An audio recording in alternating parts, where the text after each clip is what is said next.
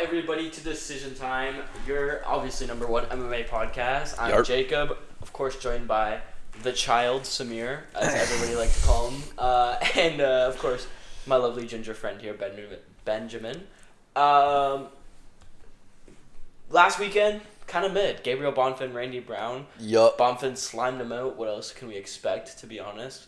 But we're not going to talk much about that, guys. We're going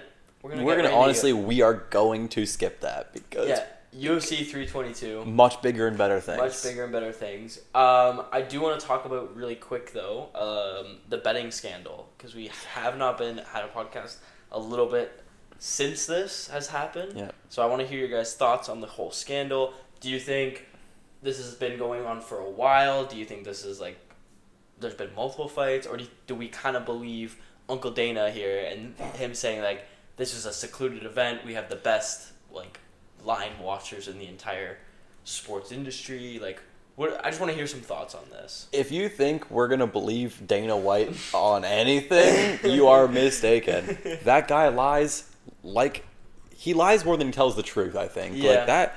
He just talks out of his butt a lot of the time. And certainly like other fighters were coming out and being like, oh yeah, people were telling me I should throw the fight and all this stuff and like it's certainly been a thing. And I'm not too surprised that it's like finally officially been a thing. Yeah. The FBI is specifically looking at which ref is it? Mike Goddard. Yeah. I think it is. Mark Goddard. And he's like, what the fuck did I do? Yeah. Yeah, no, it's just... I mean, yeah, and you do look at some fights, like, I've seen some fights being posted and being like, okay, like, this is a lot more suspicious now that we have this kind of information. Because there's always, like, jokes about refs throwing fights and, like, things like that. And, like, a guy got knocked out, but the ref didn't call it yet, and then it got back up and ended up winning and stuff like that. The streets are saying that Gilbert Burns took a dive against Morales. The streets are saying. So it's all possible. I like to think that it's a secluded event. This has only happened once. Isaac Bulgarian of all people. Yeah. Do I believe Dana a little bit? Kind of, but also, like you said, that guy lies through his teeth. So we'll see. I'm sure there'll be more investigative stuff done by the FBI. We'll get more information about each little thing. It sucks when stuff like this happens, especially in sports that, like, I really enjoy. Like, when it happened with the whole basketball and, like, the mafia is involved, you start to question the integrity of sports, right? Because one of the best things about sport is watching it and going, I don't know what's going to happen. Mm-hmm. But to know that there is people that knows what's going to happen and, you know, some fights might have gotten thrown or a guy took a dive or something like that. It's like, well, that kind of ruins that guy's career. Like, if that Gilbert Burns versus Michael Morales, if that's true, does Michael Morales deserve to fight this weekend against a top contender and Sean Brady? I don't know. Everything's the WWE when you think about it. Everything's fake. Yeah. Samir, do you have any thoughts? Honestly, I feel like it is a thing that happens quite often in the sport, but just in terms of size, like the matchups that they do it with obviously aren't the bigger ones because it would be way harder to rig. Yeah. Because obviously all eyes are on those fights. Yeah. Mm-hmm. So just also with Dana saying that they have the best line watchers and that this is a secluded event, like, I call bullshit on that. Yeah. Just because this is the same guy that really, when you think about it, in recent years, all he cares about is money. Yeah. And I feel like he's one to get easily paid off. Like, if the mafia or the mob was involved at all, especially in those the UFC, Vegas casinos. Look at how he glazes his money makers. Well, like he'll do anything for them. Well, and there was a whole thing about like he owes millions of dollars to Vegas casinos. Who runs those casinos? I'm not gonna say anything, but you know. But this is all speculation. Yeah. Please don't come after us. You know, we're just guys sitting on a couch. He lives at my postal code. Yeah. Listen, if you want to rig an event that I work at, by all means, bro. If you want me to say anything, if I go to a UFC event and you want to pay me to say whatever you want me to say. I'm I'm here. your guy. If I end up being a UFC judge one day, Hit my line. hit my line. If I'm a judge, oh man. Well, we already know you're a controversial judge. Yeah. Anyways, I wanted to just hear your guys' thoughts on that. I don't think there's any other news I wanted to discuss. What are your thoughts on the new shorts that came out? Ooh, the new shorts. The new Venum shorts. Okay. What are your opinions, Jacob? So, I think they're all right. The design is okay. Yep. I don't really see much of a difference. But I will say on some female fighters, Tracy Cortez, that posted her in her new Venum gear, there is some private parts that seem kind of accentuated, and the lines go in that area, and also the design also I don't know, replicates something that is there. It's those Valet Tudo shorts. Yo, Ian Gary's gonna look crazy in those things. That's what I mean. It looks a little odd. Yeah. The baggy, the boxing shorts, they're gonna look fine. But the Valet Tudo, them shits they're grippy. Yeah, and they go straight in, the design just goes straight into that crotch area. Yeah. But other than that, I mean, they're cool. They look fine. I don't really have an opinion. I mean, I think they look better. In my opinion, I think most fighters should just get custom shorts. If you're in the top 15, you should just be able to top 15. Maybe top 10, maybe. You should be able to get custom shorts. I would say champion to 3. I think it should be a bit more exclusive because if every. I guess, yeah. Because that just takes away from the cool championship ones. Yeah. That's well, it kind of just takes away from the special Dustin Poirier and Max Holloway. Yeah. If it was fucking Gabriel Aaron Blanchfield getting custom stuff. True. Or Gabriel Bonfim. Oh, how would you feel about if Charles, right? Do you think it has to be they have to have a big name associated to them too? I think it's legend status. If Charles falls out of the top 3, or I think he's 4th now, and he falls down to 8th, do you think he still gets away? He's still a legend. For example, I don't think Khalil Roundtree should have gotten his own custom shorts. That's just odd. Yeah. Or people I'm trying to think. Brandon Moreno, he's a champion, legend of the division. That's fine. Yeah. But some of the weirder ones, I think the main one off the top of my head is Khalil Roundtree getting his own. Why? He's cool short. They look cool. Yeah. But why does Bryce Mitchell have his own shorts? I don't understand it. Yeah, it's almost they draw out of a hat sometimes. Yeah. But the Venum shorts, they're cool. Yeah. They don't really look that much different. So they look similar, but slightly better, I guess. Yeah. It'd be cool if they had if they actually give some information about them, they're more dynamic, they allow for more mobility. It just seems I don't think they do. No, it just seems they're a different design. So it's whatever. Yeah. Any other news you guys wanna bring up though before we get into this? I can't think of anything off the dome. Absolutely stacked main card here. Mm-hmm. Also, I don't know why I don't know why they're zoomed in like nice. that. But we're UFC 322, guys. If you're an MMA fan, if you're a UFC fan, if you're just a sports fan, you should know that this card is absolutely stacked top from bottom. Best card of the year, maybe? Best card of the year. It's in Madison Square Garden. If you're a sports fan, tune in. This is going to be great. And especially if you're trying to get into the UFC, watch it. It's going to be a banger, top to bottom. And even if you don't watch top to bottom, at least watch the main card because it's going to be great. But usually we don't do this. Usually we don't go top to bottom picking fights and stuff like that. But we feel a little bad that we haven't been posting as much, so we're going to make this episode a little bit longer.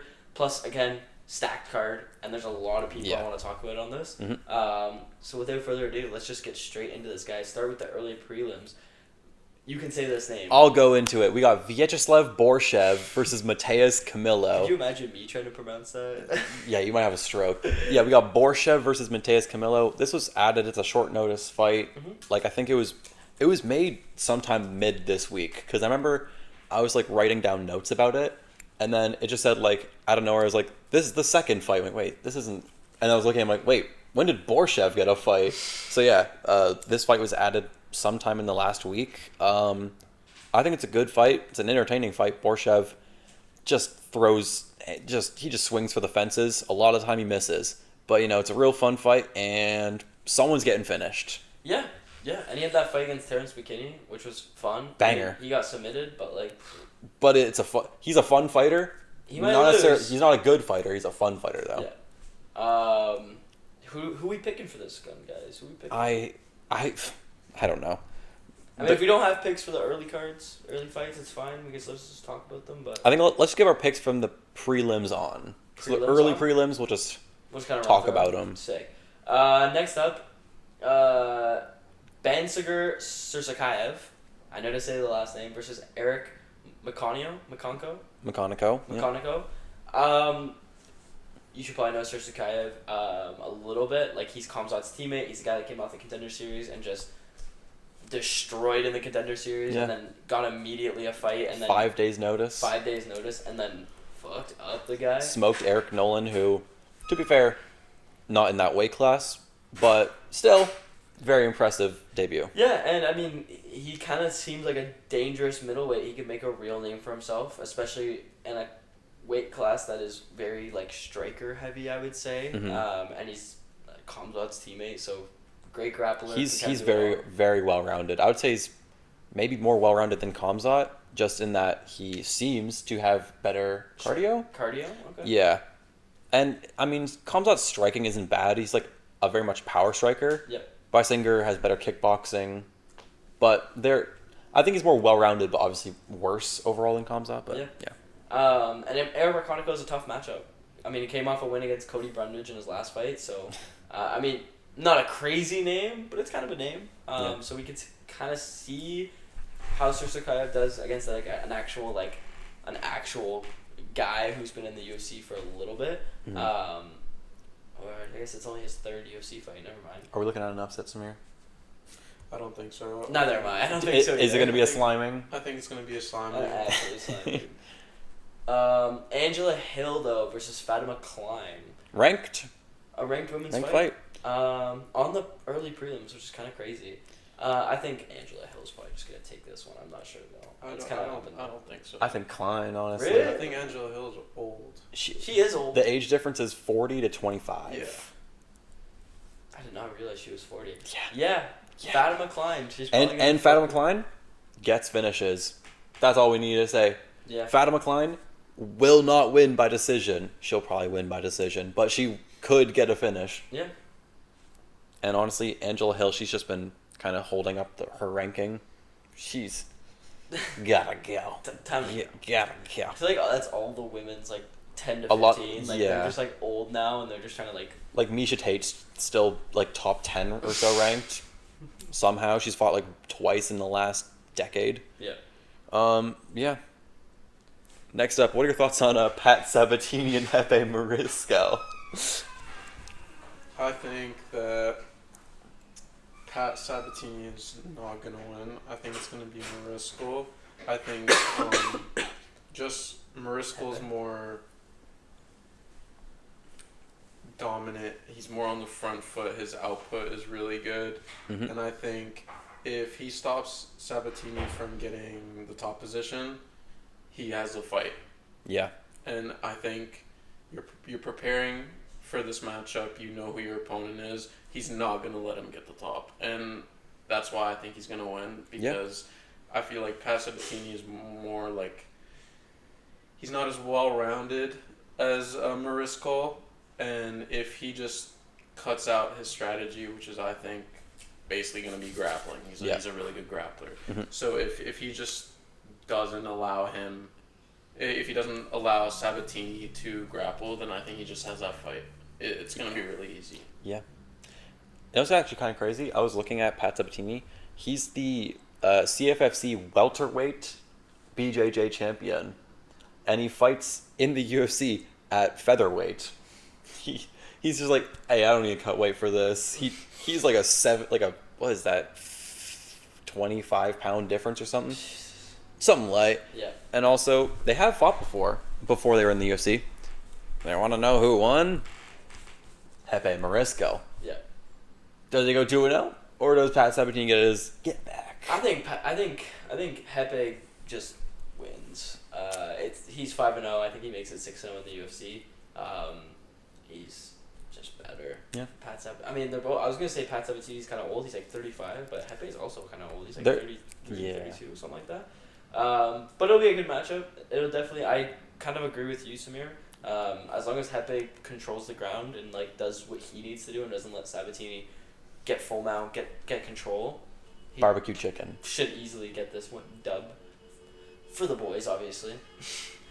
Yo, can you... Sorry, people honking. Yo, can you calm down? We're trying to film a podcast. Don't make me come out there. GM3. How is he not retired yet? Beats me. I do not know. But he's fighting Kyle Daukaus. Who slimed out one of my favorites in his last fight, Mikel Pereira. Yeah. And he's probably gonna slime out GM3 as well. Maybe. I mean, GM3 is a good matchup. Yeah, he's also ancient. Yeah. That's fair. How old's Kyle Daukaus? The Darce Knight? That's a fire nickname. It is pretty good, That's yeah. pretty... Does he even have a Darce choke in the UFC? He's not really a submission. Like, he's more of a knockout threat than a submission threat, too. He is more of a knockout threat. But he is 3-4 in the UFC, so, like, maybe GM3 wins and retires on a dub. Maybe that's what he's looking for. But, like, I don't know. I don't even know. I know he's gonna win by submission. Honestly, well, I mean, GM3? it's not. Yeah. It's not He's like gonna crazy. Darce choke the Darce Knight. Retiring by doing that is so tough. Yeah. I just think... I think this is his retirement fight. It has to. His last fight should have been his retirement fight. Against the fighting nerd? Yeah, Mikhail Alexiusik. Yeah. He got knocked out in that fight, didn't he? Yep. Because that was the Dricus Right, yeah. Similar to the last fight, I think Kyle can win this fight if he avoids getting in, if he avoids the submission threat of GM3. He has a lot of power. His striking's pretty good. Yep. And he's also has the age advantage. He's younger than GM3. GM3's like really... It's like 38 or so. But you can't also forget that GM3 is a very, very, very good submission artist. He's very dangerous when the fight goes into grappling exchanges. Mm-hmm. And that's the point that I was making, is that Kyle Daukaus, if he can avoid if he can avoid the grappling exchanges, then I think he has this fight under the belt. Yeah. But I don't think that's gonna happen. I think GM3 is gonna bring the fight to him with his grappling advantage, and I think Kyle Daukaus can't deal with it. He's gonna get submitted. Third round. Fair enough. I think if it's going to the third, I don't even think it'll go to the third round. I think, I do think that Meerschaert could get a finish by submission, but I don't think it's going to go that long. I think it's either second or third. He's not getting if GM3 gets a submission in the first, he's not. But I think if it goes that far, he's just going to get chinned. Yeah. I don't think it will get that far, probably. Yeah. Fair enough. Prelims. First fight on the prelims. Malcolm Wellmaker versus Cody Haddon. Two kind of up and coming guys. Two new guys to the UFC. 31-year-old prospect. 31-year-old Tale prospect. as old as time. Yeah. But we actually do have a young prospect in Cody Haddon. 27 years old, 1-0 in the UFC, won by decision. Seems kind of very well rounded. I don't really like this matchup for either of these guys, because they seem like, I know Malcolm Wellmaker more, so I kind of I'm cheering for him a bit. But the more I've researched and the more I've watched Cody Haddon, he seems cool. Yeah. 27 years old, up and coming. He's 7-1, 8-1 right now, and one win in the UFC, and he came off the Contender Series in 2024. I also kind of like Cody Haddon. I wouldn't be mad if Cody Haddon won, but I do want to see Malcolm Wellmaker go further. I was talking to Samir about this just yesterday, actually. I was talking to Braden, Samir, a few other people. I truly do think that currently, Malcolm Wellmaker is overrated, and by that I mean he is overhyped for sure. Yeah. Because he's only got, 2 or 3 fights in the UFC? Yeah. Which he's done well in. They're against, nobodies, really. Hey, Chris Bettino. Nobody's. He got he's 0-3 in the UFC. He did beat him better than Sean O'Malley, which is, impressive. But outside of his boxing skills, which are very good, outside of his boxing skills, we haven't really seen much of anything from him. Yeah. So even if, and I do think he's going to get probably a first-round knockout on Cody Haddon. Yeah. Even if he does that, it's kind of what I'm expecting. I still won't necessarily be sold on him because also Cody Haddon is very unproven in the UFC. So it's you've beaten his first win, just someone who sucks. Simon. Cam Simon. Then he beat Chris Matino, also sucks. And then this guy. This will be his best win, but he's still not Also Haddon coming in on short notice too because he was originally supposed to fight C-Day. I'm glad he's not doing that because I know C-Day would lose that fight. Yeah. What do you think? I mean, I think that Malcolm Wellmaker's going to win. Yes. I feel he is undefeated. Yep. And I feel like Cody Haddon, I don't know much about Cody Haddon. I know that Drake is his teammate. I know that he has good striking. Yep. And if he avoids how Wellmaker plans to bring the fight, which is very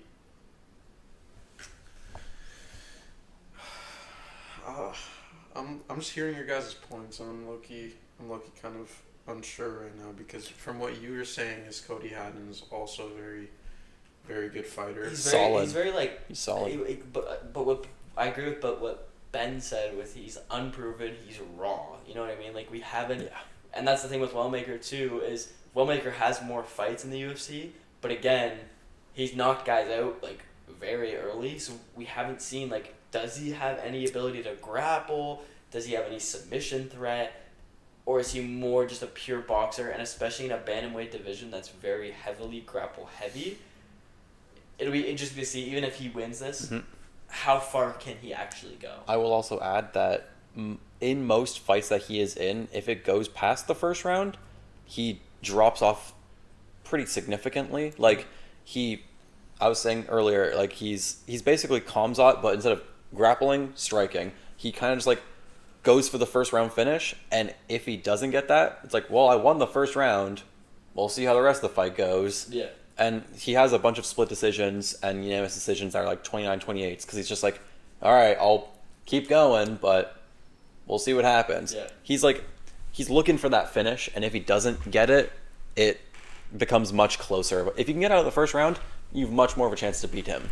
Yeah. Which Cody Haddon very well could, because he's honestly basically just Wellmaker, but slightly worse. Yeah. We didn't. I still do think that Wellmaker wins. I'm picking Wellmaker. Yeah. I mean, you guys are making Cody Haddon sound really good. He is quite good. It's a pretty close matchup. It's just I'm just gonna pick Malcolm Wellmaker based on his record. Yep. That's fair. All right. Aaron Blanchfield versus Tracy Cortez. You talk about this one. All right. Now, hear me out now. All right. Tracy Cortez, really good. She's coming up.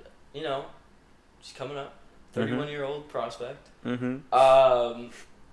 She has a chance. I like her chances in this one. However, I am gonna pick Aaron Blanchfield. I'm going against my gal.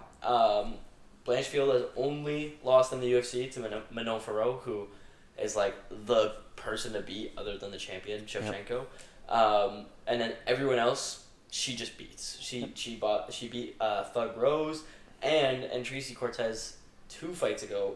She lost to Thug I'll Rose. say Rose is her only loss. So, but yeah. Yeah. So I think Cortez has a decent chance to win this one, and both women here are elite athletes, and I think this is one of those ones where for me it's kind of a pick 'em. Mm-hmm. But I think Aaron Blanchfield defends her number 4 spot and beats Tracy Cortez. I don't think it's going to be a finish. I think it's just going to be a decision fight, as most of both of their fights kind of end up being decisions. Mm-hmm. But I am going to take Aaron Blanchfield just because to me she's more proven, and again only lost to Manon Ferro, beat Thug Rose, and Tracer Cortez's only loss is to Thug Rose. Picking against your girl. I'm picking against my girl. I hate to do it, but I gotta stop picking with the heart, man. Yeah. I gotta pick with the brain. Yeah. Not that brain. This brain. Anyways. True. Honestly agree. I thought you were gonna pick Tracy, and I was gonna hand you one, but you were ready to go crazy on me. I just think that Tracy Cortez, bar her looks, is not really a good athlete. Like she's just average. Like I mean, all her fights go to decision. I mean, she has one loss in the UFC though. Yeah, but all her fights go to decision, and every one of those fights has she been she's never been marginally better than the other fighter.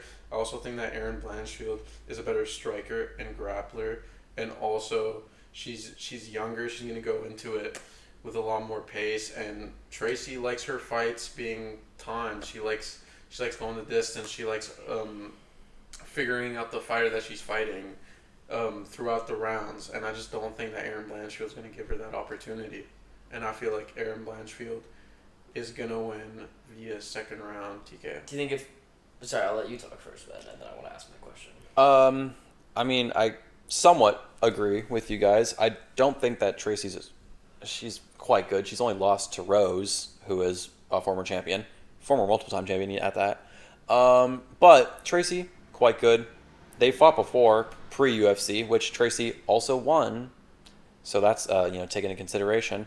But since that fight, I think it was in 2018 or 19, since they fought then, I do think Blanchfield has gotten better more than Tracy's gotten better. Yep. But I think Tracy is like a solid top 10 in her division. But Blanchfield is top 5 in her division currently for a reason. I do think Blanchfield wins this, but I just think by decision. I don't think she gets a TKO. I just think it's going to be a decision from Blanchfield, really. Yeah, that's fair. Do you think if Blanchfield wins, she fights Ferro again for the and then that's a title eliminator against whoever's the champ, Weili or Shevchenko? No, I don't think so, because You think just Manon gets it? I have my opinion on who Manon should fight next. I think she just... I'll say this now because I said this after we talked about Canada. I think Manon should just fight Zhang Weili regardless. Yeah. Oh, yes. So, yes. I think that, I don't know, if Blanchfield wins, she faces, someone else is up there. Silva. Yeah, maybe... So you could say, what's her name? Grosso, or, who's the person that just beat Grosso? Silva? Macy Barber? Yeah, Silva. Yeah. Silva. She could just face one of them just to kind of clear out who's the number one contender, but yeah. Yeah, fair. Roman Kopylov versus RoboCop. Talk about an actual fraudulent. Oh my god, Roman Kopylov. How is he ranked? I do not know. Is he still ranked? Yeah. At middleweight? I'm pretty sure he's 15th. But he has one good win on his resume, and it's Chris Curtis, where the ref stopped it in the last second. Chris Curtis was mid-standing up and the ref went, nope, it's done. Chris Curtis probably could have won that fight by decision. This guy's a fraud, because all of his other wins, pretty lower names, and then he got fucked up by Paulo Costa. This guy's actually a fraud, while Gregory Rodrigues, he's beat Jack Hermanson, Christian Leroy Duncan, he beat the Iron Turtle. He's beaten so many, actually good names. He's not ranked. This guy is going to get a too late, sliming TKO. Yeah. Kopylov does have good kickboxing, though, I will say. Yeah, I'm also probably just going to go RoboCop here. I couldn't agree more with you that I think Kopylov's just kind of a fraud. He's not ranked right now, actually. Is he unranked now? He's unranked now. It's Joe Pfeiffer, who's number 15. Pfeiffer, okay. I think Gregory Rodrigues just has more power, a little bit more skill. Kopylov, like you said, great kickboxer, but that's really it. Yeah. He doesn't really have much other tools in his box. Whereas Gregory Rodrigues, I feel does have a lot more tools, a lot more versatile, just a better MMA fighter and athlete. I think Gregory Rodrigues just slams him out, and Kopylov just stays as a prelim fighter. I feel like I'm also going to agree with you guys. I'm also going to pick Gregory Rodrigues. I feel like his finishing threat is what puts him over the edge for me. And also, I looked at all his previous fights. He's only had 2 losses in the UFC, and one of them being Jared Cannonier. Yeah. Who's a guy. Yeah. Who's also a better name than anybody Kopylov has fought. And apart from that, I mean, he's dominated every single other fighter that he's fought, and I'm just looking at it. Is Roman Kopylov better than Gregory Rodriguez? No. Therefore, that Gregory Rodriguez is going to win. I also think that Gregory Rodriguez has shown throughout his CV in the UFC, he's shown his power, he's shown his finishing ability, and where someone comes in and tries to bring that threat of a knockout, he just absolutely dominates them. And I think that the only way Kopylov can win is, I'm thinking at it, and it's kind of counterintuitive to what Jacob said, but I feel like he's not very predictable. He just fights weird. Like Roman Kopylov, it's hard to pinpoint how he's going to approach a fight, and I think that's the only way that Gregory Rodriguez could lose, is if Gregory Rodriguez is preparing for one thing and then Roman Kopylov just fucking comes in and performs totally different. Yeah. But even then, I just don't see Kopylov finishing Gregory Rodriguez, and I don't see Gregory Rodriguez going to decision against Roman Kopylov. So I feel like it's going to be Gregory Rodriguez by finish. Yeah. I like that. Feature prelim. What are your thoughts on Bo Nickal, Jacob? I don't even want to talk about him, bro. I hate him. I just hate him. I don't want to see him succeed. I'm tired of him. Why don't you like him? Because he talked all this smack about, like, I'm going to be a champ, I'm going to do this, I'm going to do that. Yeah, it's his first loss. That was an embarrassing loss. It was, but he got outstruck by RDR, who's not a crazy good striker, and not also outstruck. He lost to knees to the body. That's a bum ass way to lose an MMA fight. Like, he literally just like collapsed and was like, I give up. Like, it was embarrassing. I think overall, like, Bo Nickal's just not built for this. I think he might win this weekend because Rodolfo Vieira kind of also just is not very good. I mean, he's 6-3 in the UFC, sure, black belt in jiu-jitsu, and like, but he's more of a jiu-jitsu athlete than an MMA fighter. Like, his last win in the UFC was August, but it was against Trayson Gore. Like, Trayshawn Gore's alright, but he's alright, but like, okay. And then other than that, I mean, like, he has some names that he's beaten, like Armin Petrosian, Cody Brundage. But like, he also has one of the worst wins I've ever seen over Rodolfo Paul Vieira. Craig. Oh, I'm saying about Bo Nickal. Bo Nickal, yes. One of the worst wins I've ever seen. Yeah. Like, it was a 30-27, but because nothing happened. Yeah. Yeah. Because, like, Bo Nickal's just boring. He can't strike. He throws one overhand punch, and because it worked once, and he thinks it's going to work every time. I think if Rodolfo Vieira comes into this fight just knowing what Bo's going to do, which is wrestle, and then if he's going to strike, throw very basic strikes, and Rodolfo Vieira could very well win by submission, because I think Bo is a great wrestler, but also sometimes a bit sloppy. Like, he just kind of leaves himself open to those kind of threats. I mean, he's never lost a submission, but I'll also say Rodolfo Vieira is also... This fight is pretty much just the Paul Craig fight again, because Vieira is a very good... Like, he's very good with his jiu-jitsu from the bottom. Yeah. Like triangles and stuff. He's basically just Paul Craig, but he can strike a little bit better, because Paul Craig... As much as I love Paul Craig, some of the worst striking I've ever seen. I'm sorry, Paul Craig. I love you, but come on. I just think, Vieira, he's just Paul Craig, where if he gets taken down, he could submit him. So I think Bo's gonna try and keep it standing, but there's more of a threat on the feet from Vieira. I think it'll be very interesting, and I think if anybody gets a finish, it's Vieira, but I think that Bo is just gonna kind of make it boring, and the judges will be giving the decision to Bo regardless. Yeah. So I think Bo's going to win by decision. Yeah. He's not getting a finish, though. I'm going to go Vieira. I'm going to pick Fair Vieira. enough. Fair enough. I'm also going to go Vieira because it is basically wrestler against grappler. Yeah. And I'll take the grappler over the wrestler most of the time, especially with Bo Nickal. he is a very, very high elite level wrestler, but that's about it. And it's American wrestling too.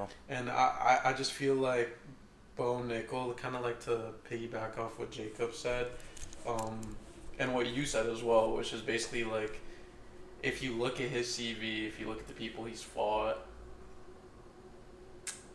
kind of not very good at all. And his best win realistically is Paul Craig. And that one was and that's like one of the worst fights I've seen. Yeah. And I just feel like Vieira brings so much more to the table than Bo Nickal does. I feel like with his grappling, I mean, I feel like that's going to give him the advantage, definitely. Yeah. I think if he drags it down, makes it messy, which I feel like he can do, it's definitely going to go to him. I just feel like Bo Nickal's kind of a square. Yeah. And he's very simple. Yeah. Like, I feel like I'm not saying I would beat him in a UFC fight, but if I train MMA, like, I feel like you could very easily, or just train boxing, you could very easily figure out a way to chin him. Yeah. Because he'll throw that overhand, and when he throws it, he doesn't, it's not like he's protecting still. Like, I feel like if you just throw an uppercut, you could chin him relatively easily. Well, not saying I can fuck you up, but I can fuck you up. I feel like the only advantage that he has above Vieira is, like, he could dictate his position around the cage and kind of prevent Vieira from getting to those areas in the octagon where he could use a submission threat. Yeah. But that's just avoiding getting finished. Like, that's not really doing anything in the fight, and we've seen it before where Bo Nickal doesn't really take the front foot on many things. Mm-hmm. And I just feel like Vieira's going to just come in and so Bo hasn't fought in, what was his last fight? May. It's been, I thought it was way longer than May 2025.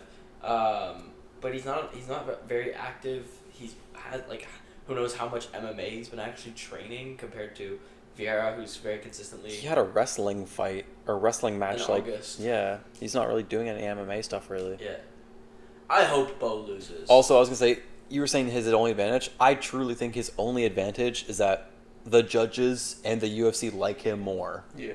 That's so dumb. He's so boring. He's just a podcaster. I still don't really know why he, like, I know he was great at, like, NCAA wrestling. Yeah.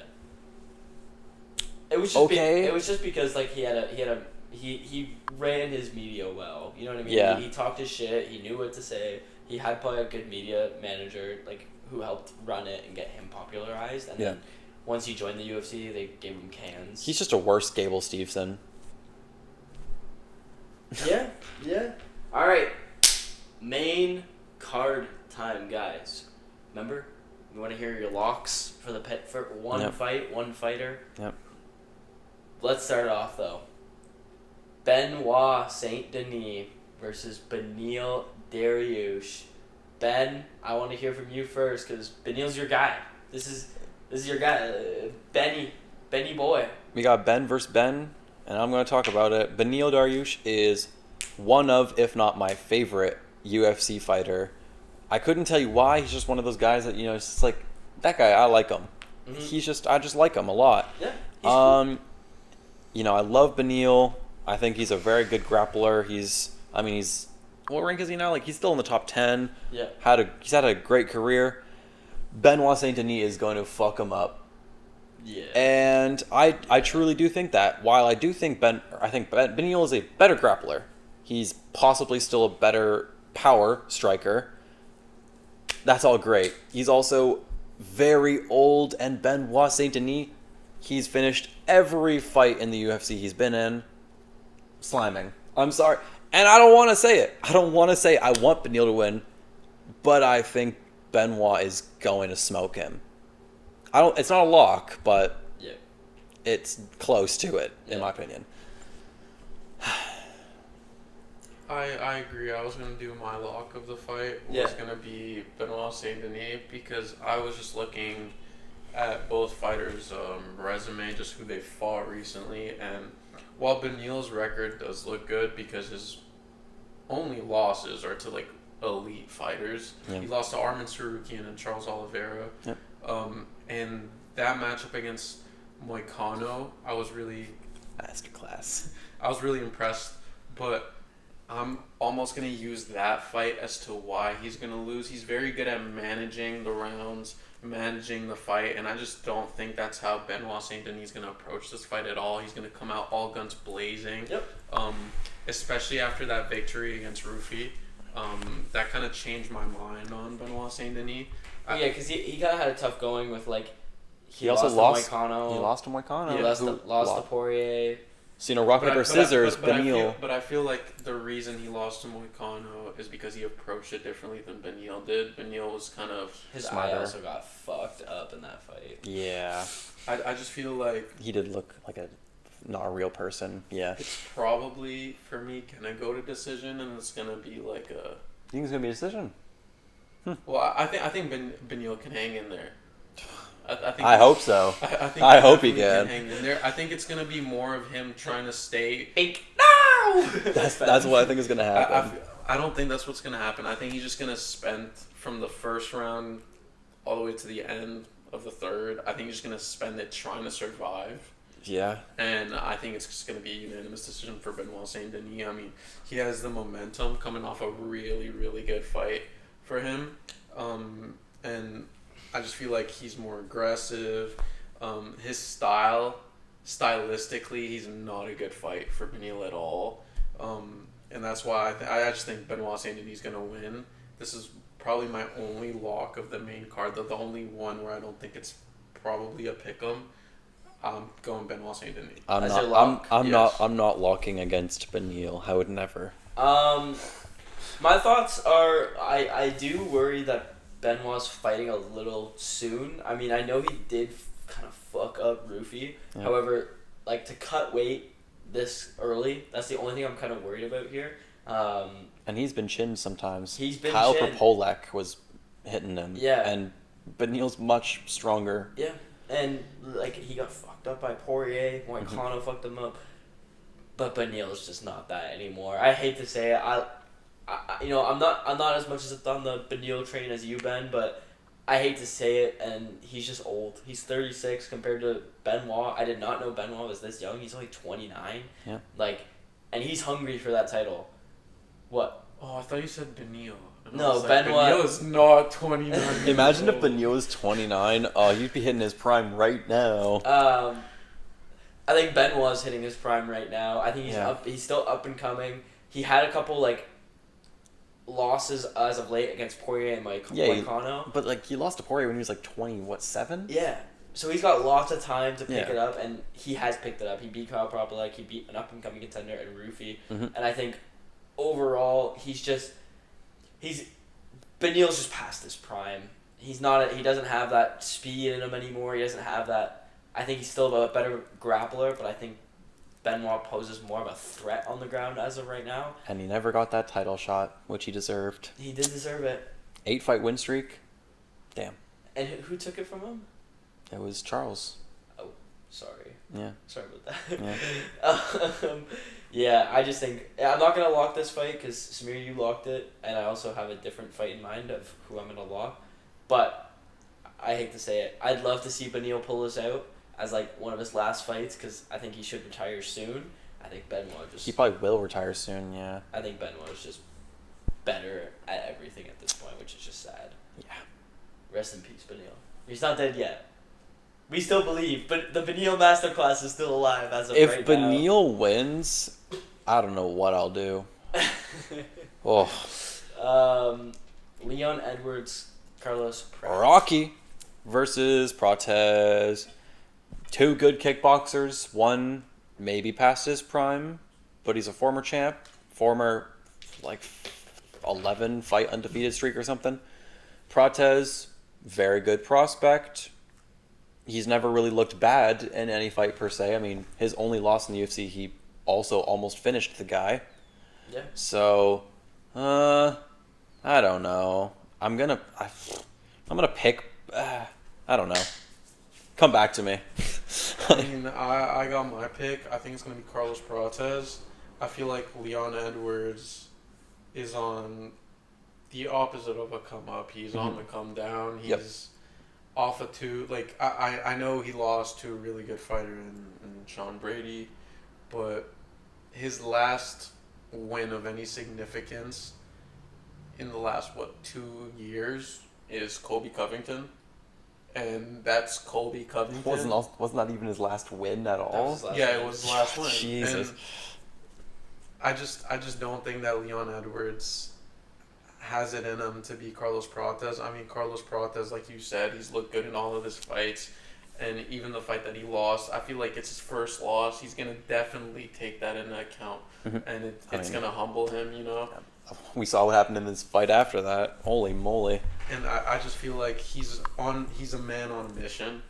Especially after that loss, he's looking to prove doubters wrong. Well, and the fighting nerds are all kind of trying to prove something right now. I feel like it was probably a really intense camp, and I just feel like Leon Edwards, one word that I do not associate with him in the last couple of years is intensity, like at all. I just don't feel like he can bring the energy that Carlos Prates would. Like Carlos Prates is going to take a very measured approach, probably in the first round or two. But if he wants to turn on the brakes, Leon Edwards is gone.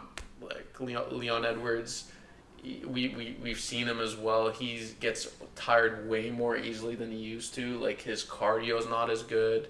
All the things that made him great, he's not as good at anymore. And I just feel like, for me, I'm leaning towards Carlos Prates, but then again, Carlos Prates' resume doesn't hold up to Leon Edwards. The fighters that Leon Edwards is fighting and losing to, Carlos Prates would also lose to. And that's why I understand why you're on the edge of picking between both, but I just feel like Leon's last couple of fights just pushed me towards Prates because Prates has a better record. In his last couple of fights.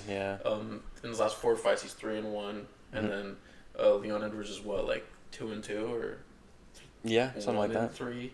Let me check. 2-2 because it was Usman, and then Colby, and then 2 losses. Or it was Usman, Colby, he beat, and then he lost to Bilal and Sean.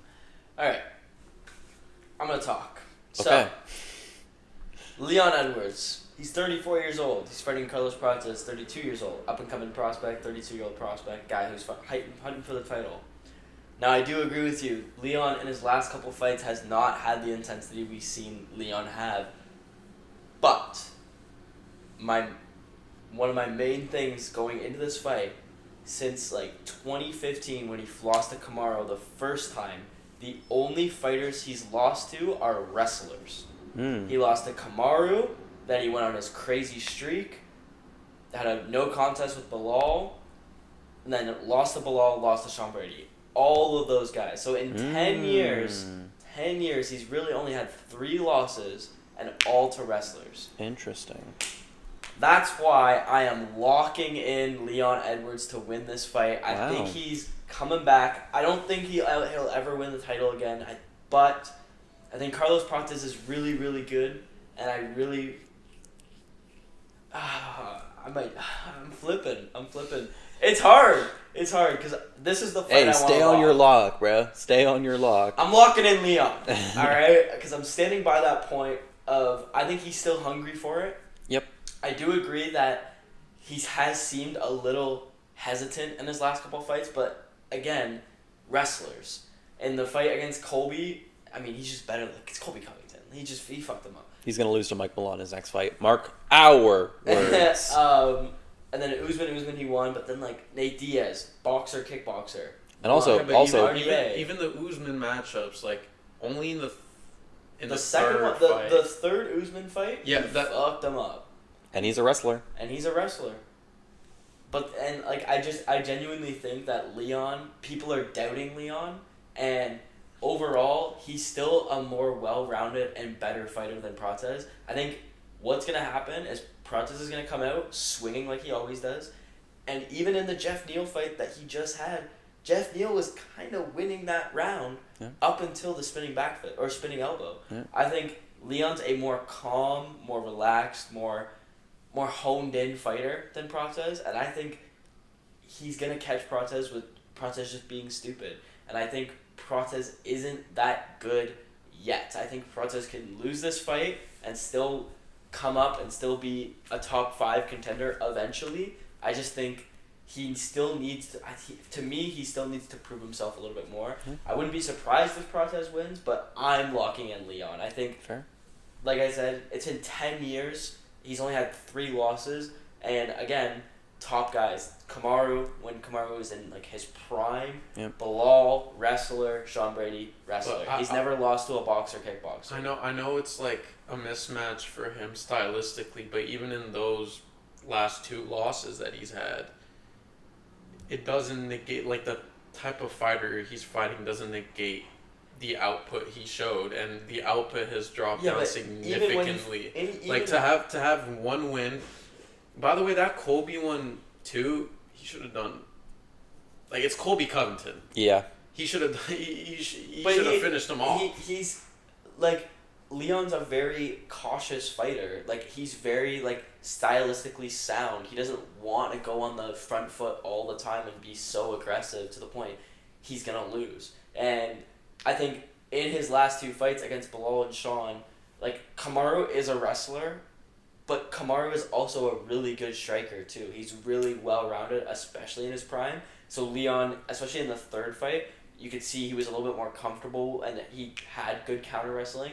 Whereas Bilal and Sean Brady are pure wrestlers. They're not really looking to strike. I mean, Bilal a little bit, I guess, more, but Sean Brady especially is just... Canelo hands, yeah.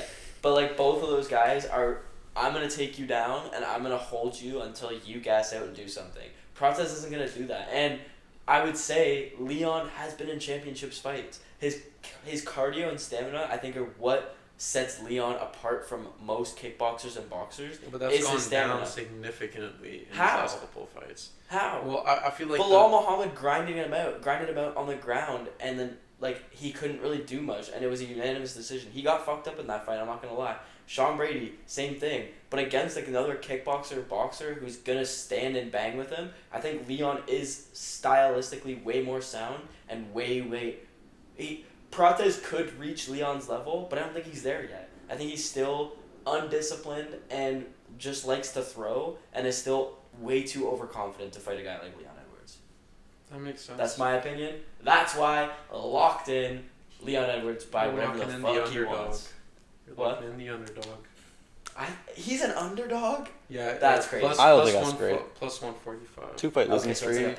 Yeah. Basically. So, after hearing your guys' arguments, I've been formulating my opinion, and I think if anyone gets a finish, it's certainly Prates, because I don't think Leon's gonna get a knockout or TKO.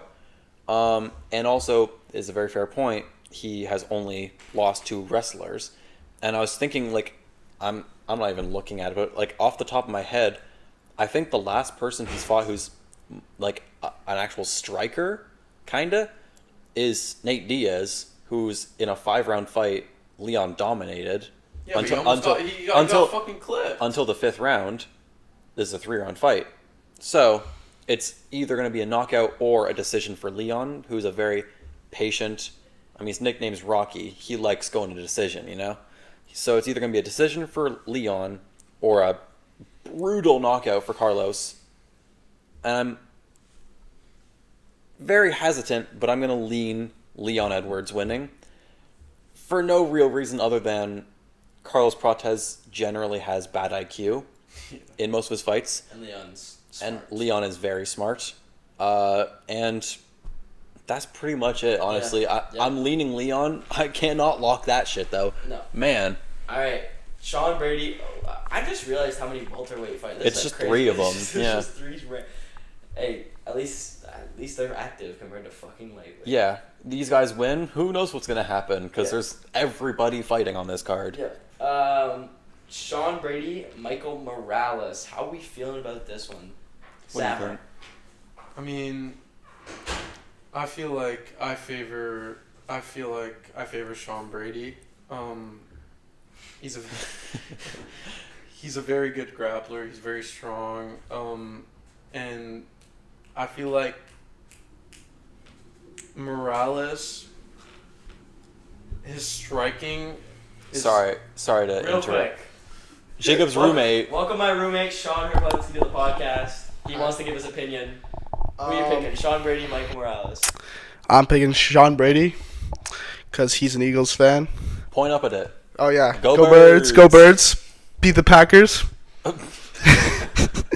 And, Fuck the Birds. and yeah. That's All about right, it. thank you so much, Sean. Thank you for. That's all I know about UFC. Thank you, Sean. Thank you, Sean. All right, Samir, back to what you were saying. I mean, I also agree that Sean Brady's gonna win. I think He knows ball. I think if he keeps the fight on the ground, he's a really easy fight for him to win. Yeah. I feel like Morales has a really big threat. I mean, especially with that last Burns fight. We did talk about that earlier though, so maybe that does Who change. knows? Maybe that does change slightly, but I feel like it's a classic case of a grappler versus a guy kind of more of Power a striker, puncher, yeah. more power puncher, and I feel like Sean Brady, especially in his last couple of fights, has really shown how good of a prospect he is. I'm pretty sure he's ranked second or third. Second, yeah. Yeah, and especially I was really, really impressed in his fight against Leon Edwards. Yeah, smoked him. I feel like if I hadn't picked Benoit Saint-Denis as my lock, this is your lock number 2? Yeah, this would be my second lock. Okay. Secondary lock. Yeah, I feel like Sean Brady just has it. I'm more tiptoey on Morales just because he's not raw per se, but I feel like he's not the finished article yet. His names are not great. It's just Burns, and then he's beat other guys. Good. He beat Burns. Hey, Neo Magny is a name. Oh, I forgot he beat Neil Magny. Jake Matthews is a name. Remember the name. I just feel like Jake Matthews. Adam Fugit is a... Adam Fugit? Yeah. He's not. We don't know exactly where he is. He's only 26. He's number 8, 26. I just feel like he's got a lot of untapped potential. Yeah. And Sean Brady, I think, is going to use that. He knows what he's going to do in a fight compared to Morales. Yeah. And I feel like based off of his last couple of fights and just how quickly he's climbed up the ranks, I feel like I'm going to give it to Sean Brady. There you go. Always going to give it to the grappler. Yeah. Compared to the strikers, because UFC's kind of in its grappling. Yeah, if you're a good grappler, you're generally the better guy. Are you gonna pick the man from Philadelphia? Are you gonna pick the Birds fan? No, you go ahead. All right. Is this your lock? Go ahead. Let me speak. Talk. I'll sum it up easy. You're only as good as your last fight. Sliming former champion or sliming Grunk Burns. Also, he dove for the Mafia. I'm picking Sean Brady by decision. And that's it? It's not your lock. That's not your... You're so, locking so a your championship so your fight? lock is one of the championship fights. Continue, Jacob. Fuck Philadelphia. Fuck the Birds. Fuck everything. Go Paco. Go Michael Morales. Whatever the fuck he wants. Sean Brady got knocked out by Bilal Muhammad. Michael Morales, way better hands than Bilal Muhammad. He's sliming him out, chinning him in that stupid bearded face. Go Paco. Fuck Philadelphia. Let's move on. All right. Shevchenko Weili. Shevchenko versus Weili Zhang. Ooh. A friend of ours, Brandon Jeffson's favorite fighter in the UFC. Friend of the pod. He calls her Valentine Shevchenko. And, she's good. She is one of the GOATs of her division. Yeah. She's only lost Andrew and beat Alexa Grasso in that division. She's very good. Zhang Weili, she is one of the better, maybe even the GOAT of the strawweights. She's also only lost to one person, Rose. Also has beat. So, it's very close. Zhang had to relinquish her title for moving up, which I don't understand why they have to do that. But anyways, so she dropped her belt and then moved up. And now she's, yeah.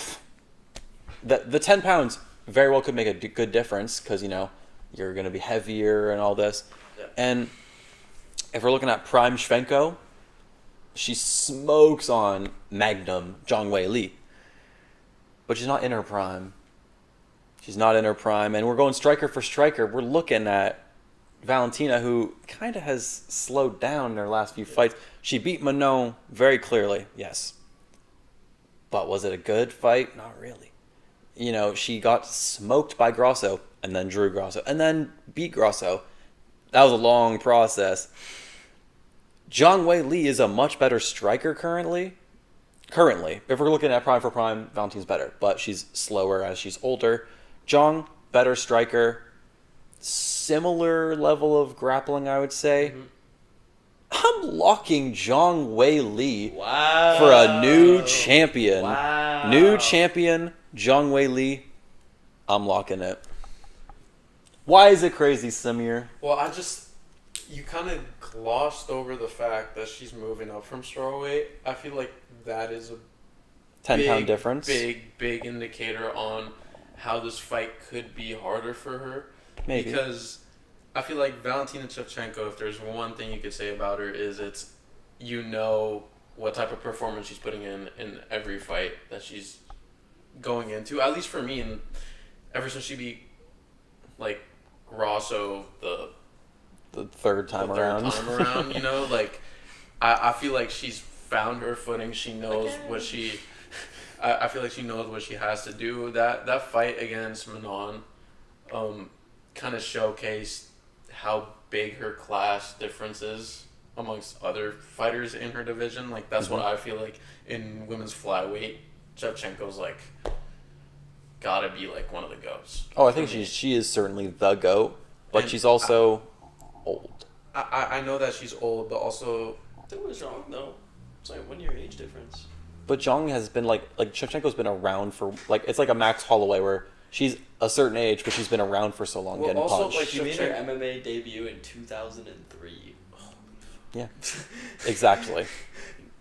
No one on this couch was born in 2003. Yeah. Okay, well, listen to that, does not change anything for me. Because I feel like she's a great striker. She's probably has, for me, unless you tell me otherwise, the best fight IQ in women's MMA in the UFC at least. And I don't think that's ridiculous. And I feel like also her defense is really, really good.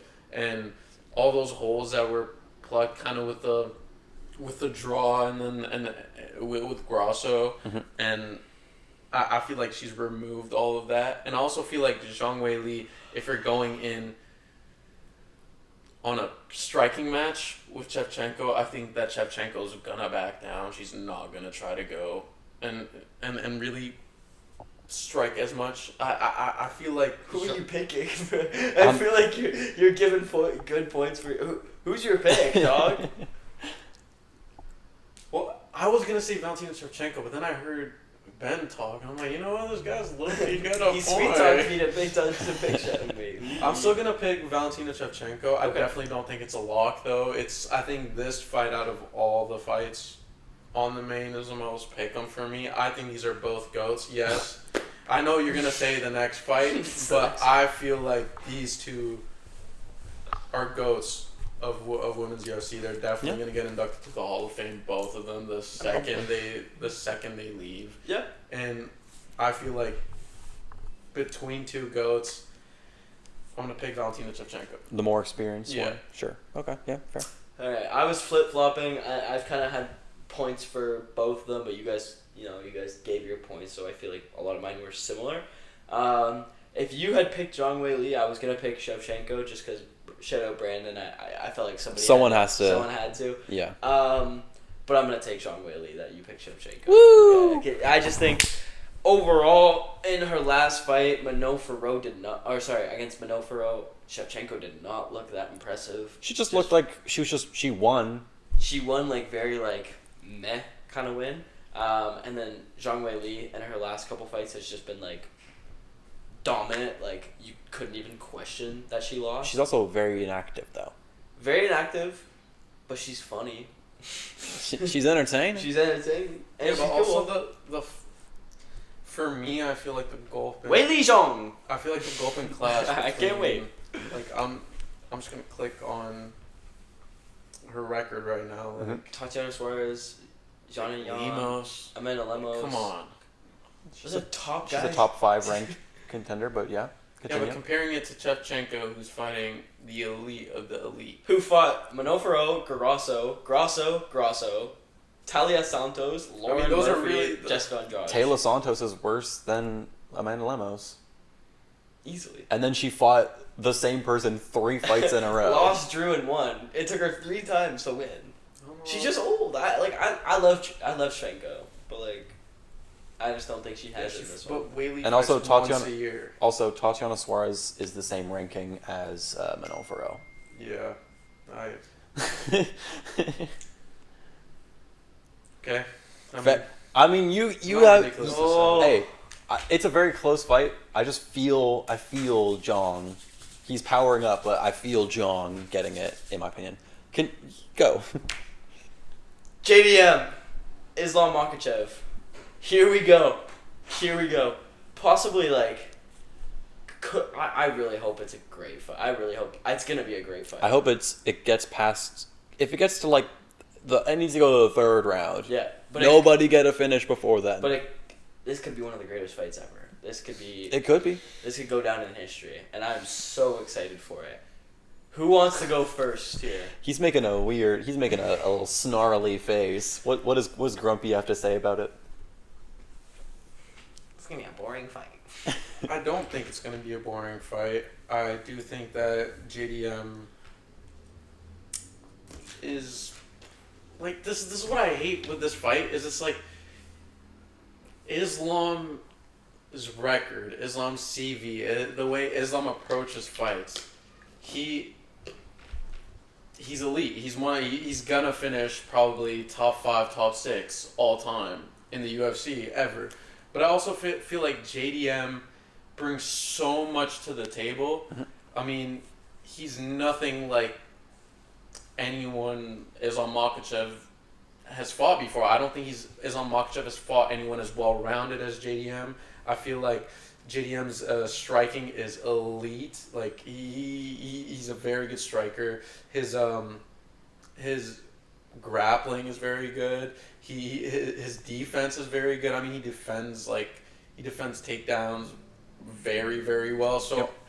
almost like Islam Makhachev's kryptonite. Having said that, though, Islam Makhachev is a GOAT. Like He's Islam. He's Islam Makhachev. I mean, his grappling and his dominance around the octagon, the way he could just kind of dictate the fight the way he wants it to go, is very, very good. I just don't think that JDM is going to give him that opportunity. The reason I scoffed is because greatest fights of all time, I think that if JDM wins, it's going to be a big, not fraud check, because he's not a fraud. He's not a fraud. Islam is not a fraud. Don't take my words out of context. By that I mean... I hope you know I'm clipping that and cutting the clip there. It's a fraud check. What I mean by that, the fraud check, is it's definitely going to bring Islam back to reality. It stains his legacy. It stains A lot. his legacy. A lot. Because right now, you could argue Islam, you could make an argument top 10, even maybe top 5. Like, he could crack that top 5 if you want to make that argument. But if he loses, Also, he could be like, eh. You let old man Dustin make you look kind of beatable.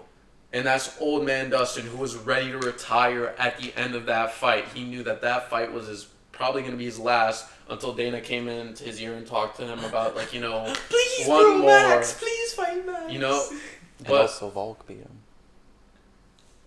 The first time. yeah, No, arguable. The second time. Arguable. I mean, Volk I'm won. gonna go.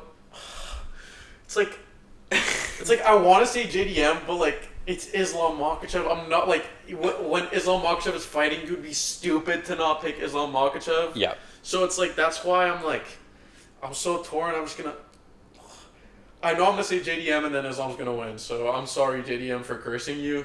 I'm gonna pick JDM. Like I just know I'm gonna be made to look an absolute fool after I pick JDM, and then Islam's just gonna go in there, fucking destroy him because I said JDM, and everyone's gonna come at me for my fucking ball knowledge and get in the comments. So I'm ready. I'm gonna be looking at the comments. Just know I see them. So this man-child is making the wrong decision. I'm picking JDM, but making a big case for Islam, which I don't really need to make. Yeah.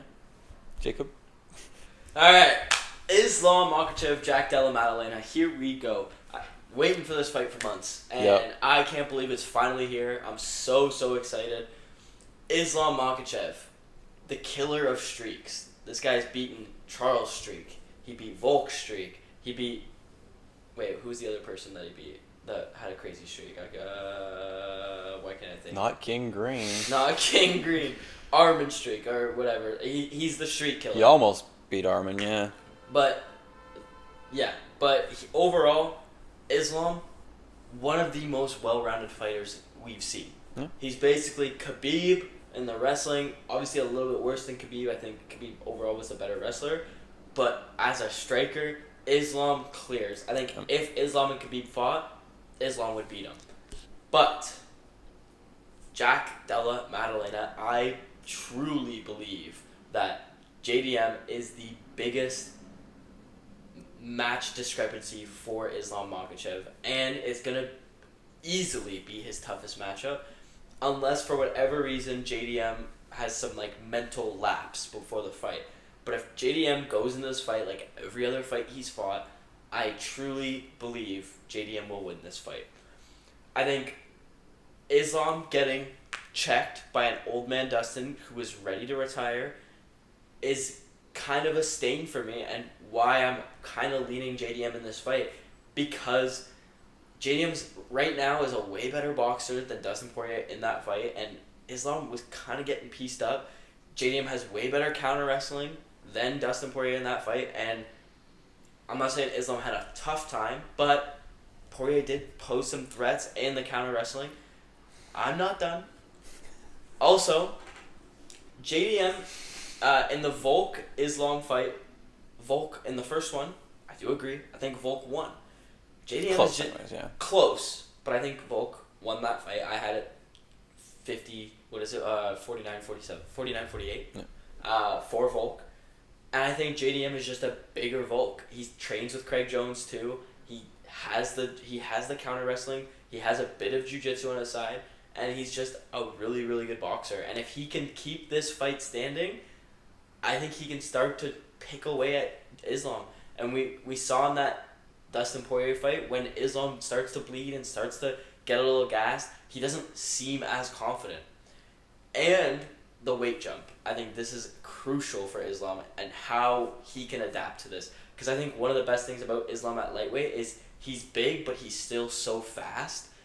He can dive at your legs and you don't even see it coming. He can throw a strike and you don't even really see it coming.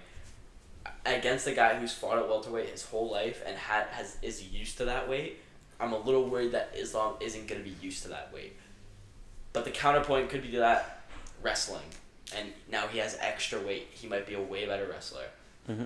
But I'm picking Della, Maddalena to retain the welterweight title. Because I also want to see Islam versus Ilya at lightweight. Yeah. Kind of before you get to make your point, I was just going to ask you a question. I did make that point with Dustin, but also another way to look at it is when Islam fights people that you basically know he's going to win beforehand, where he doesn't really have to kick in a second gear, really, that's where he looks a little bit questionable. But those fights where he has to bring his A game, where he comes in and he's really locked in, against Volk or against Charles or against Hooker, those are all fights where he needed to prove why he's such a great fighter, he's done it, and he's done it immaculate. He's been immaculate at doing that. And I feel like those last two fights don't really showcase as much. Yes, I know that I'm contradicting myself. No, I'm literally just doing it. I'm being devil's advocate, okay? Mm-hmm. Just looking at the comments here. That's fair.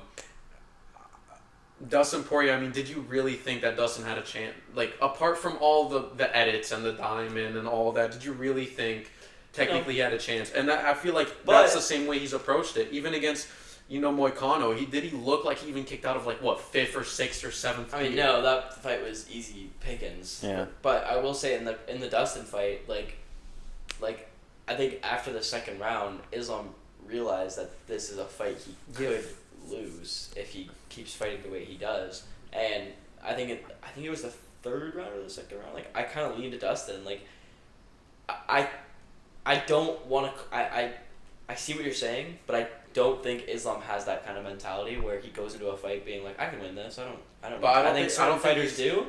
I don't think Islam has that. That's what I'm saying. I'm saying, because like, he has that mentality. Okay, so you're saying that he approached the Dustin Poirier fight at the same level. I think that this fight he's approaching at the same level as Volk, and no disrespect to Dustin Poirier, but he's not Volkanovski. Like, when you know that you're having a really, really good matchup, a guy that could, make you lose that streak, make you lose that.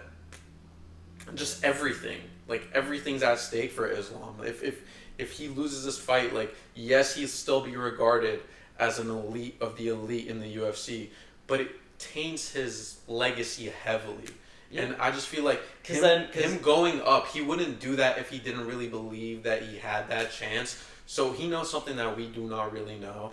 That's just me playing devil's advocate. I also do think that JDM's going to win, but I feel like it's going to be way, way, way, way, way closer than any of us think. Oh, I genuinely did not know my pick until we started this podcast. Like, I've still, throughout our picks, I've still been thinking about it. I still think... I think 2 days ago I picked Islam. And 2 days from now, I'll probably be like, fuck. Yeah. But, with that being said, yeah, I still am uncertain. But it's number 2 pound for pound, Islam Makhachev. If he beats JDM, he's number 1 again. And he's facing JDM, who's maybe the best counter wrestler. Maybe not the best, but he's just like, he's very unorthodox with his counter wrestling, that he just makes it very awkward, like we saw with Bilal. Like, Bilal just tried to spam takedowns, and Jack was just like blocking it very weird and wasn't allowing it. Yeah.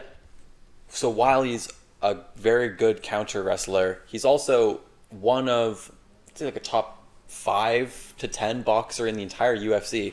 And I'll tell you, Islam Makhachev is not. Yeah. So it's just arguably the best wrestler / grappler in the company versus one of the better boxers of the company, which, funny enough, Samir didn't pick the grappler over the striker, but either way, it's a very tough fight. Like you were saying, the main thing is just the weight jump. It's 15 pounds. It's a lot. Yeah. And also, in Islam's fights, he already was like higher, and like when he was at lightweight, he was probably fighting around 170. Yeah. So it's like, is he just going to be the same build, but he's also gotten a bit bigger? Yeah, apparently he's walking around 190, but JDM probably walks around, what, like 200? 205? Close? Yeah. Yeah. So it's like, I don't know how big the weight will play into that. But, with all that being said, it's kind of crazy. You picked JDM, and you're picking JDM.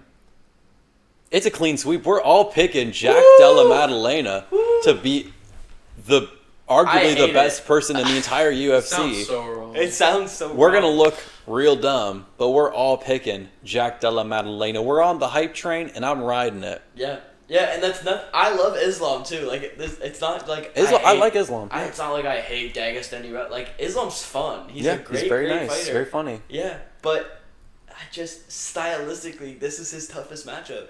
Other than Volk and Jack... I would say more. JDM's just basically a fighting Volk. Fighting a featherweight or fighting a welterweight. It's like... It's way tougher. Yeah, Way tougher. and he's chopped. Who, JDM? Yeah. He's sexy, I don't care. He's sexy. I like you, Jack, but my brother, you are chopped. Who's more chopped, though? Islam or JDM? Islam just looks like a guy. Jack, his nose is sideways. Yeah, but He looks like a Picasso painting. That's kind of tough, though. Like, That doesn't mean look he- like Picasso. He looks like a Picasso painting. Alright. all right. Yeah, so we're all picking Jack to beat Islam Makhachev. Islam Makhachev. That's so crazy to say. And man. And I'm riding it. Hello. Hello. All right. Any more news? Any more things you guys want No. to talk about? That's I'm it. gassed. All right, everybody. After pontificating over Leon Edwards, I'm so tired, UFC 322, Madison Square Garden, this Saturday. Prelims start at 6 o'clock. UFC, we're kind of shutting you out here. Please sponsor us. Please recognize us. V-Chain, sponsor us. Yeah, watch it. It's going to be great. It's going to be legendary. Watch it. But thank you guys so much for watching this episode today. We really, really appreciate it. Appreciate all the love. Appreciate all the comments. Maybe not Samir appreciates all the comments, but overall, we've been getting a lot more love recently, and a lot more views, a lot more subs, a lot more, just likes and comments and stuff. And, we really appreciate it, guys. Nothing but love. And Samir loves you guys, too. I Love you guys. Wait, one second. Before I leave, He wants to shout out the commenter. Before I leave, I just need to find this guy's exact name. Oh, listen, he's tracking you down, buddy. If you Teen I, if you are from Canada, and if you're from where I am, get in the comments. Let me know. Yeah, like we can exchange information. Yo, come say that to my face. Say that to my face. Run 5 pockets. Run your pockets, fam. Come here. Say that to my face. Just say that to my face. I'm a child and your name's Teen-I. Come on, make that make sense, brother. Make that make sense. Alright, before Samir actually crashes out or something, that we have been Decision Time. Again, thank you so much for all the support and all the love. We love you guys, and we will see you next week. Peace. Boom!